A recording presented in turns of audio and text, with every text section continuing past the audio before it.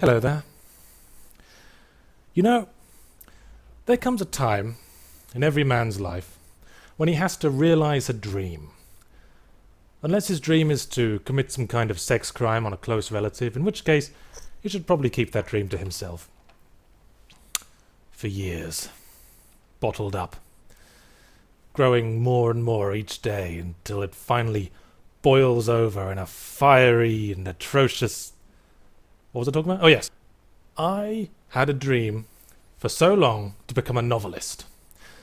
And this year, in August 2010, I will realize that dream when my first book, Mogworld, is published by Dark Horse Books. Now, I've already received a lot of pre-orders, and I've been bowled over by that response. In fact, at one time we were actually at number 2 in the Amazon bestsellers list for graphic novels. I imagine if it were a graphic novel, we might have even gotten to number 1, but it isn't. It's published by Dark Horse, but it's a proper, wordy, non-visual book.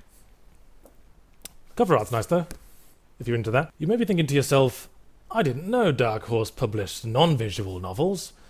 To which the only answer would be, they do now, apparently.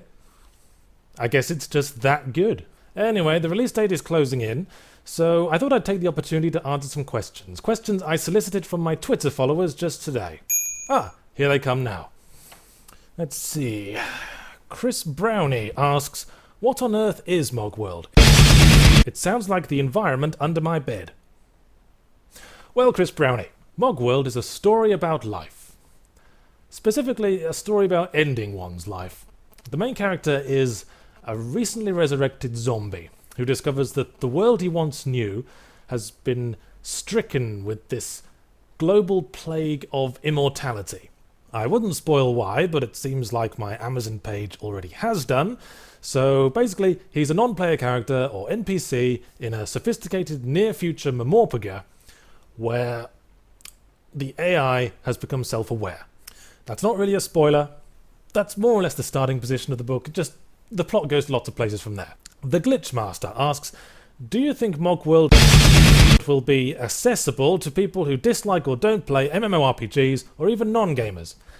I think knowing something about MMOs will help you get some of the obscure references, but on the whole, I like to think it's accessible, yes. It's largely a comic fantasy.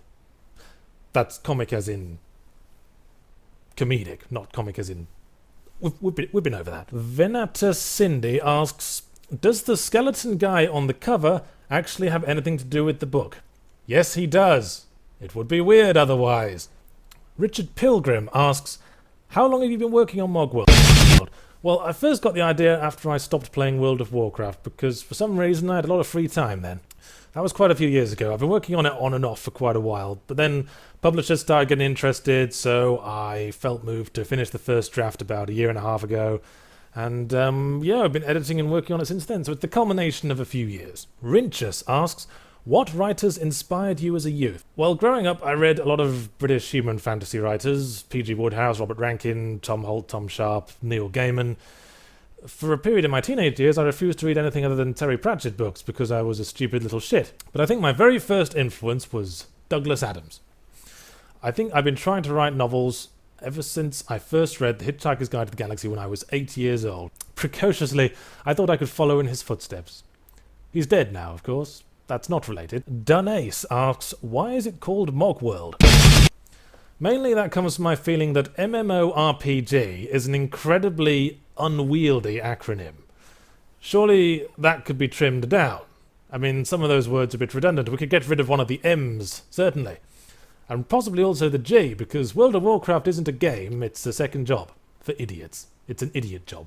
On that note, Insanely Xanta asks, why did you choose to base your book in an MMO when it is clear you prefer other genres? Simple answer, because I can take the piss. If I only ever wrote about what I liked, I'd starve to death. 09M Chatraw asks, will it be available for Kindle or iBook?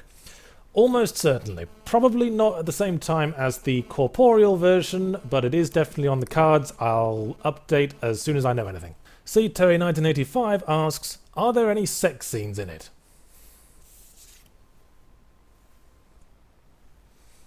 No. Well, that's all the time we have for now, so I'd better sign off. I hate long goodbyes, so...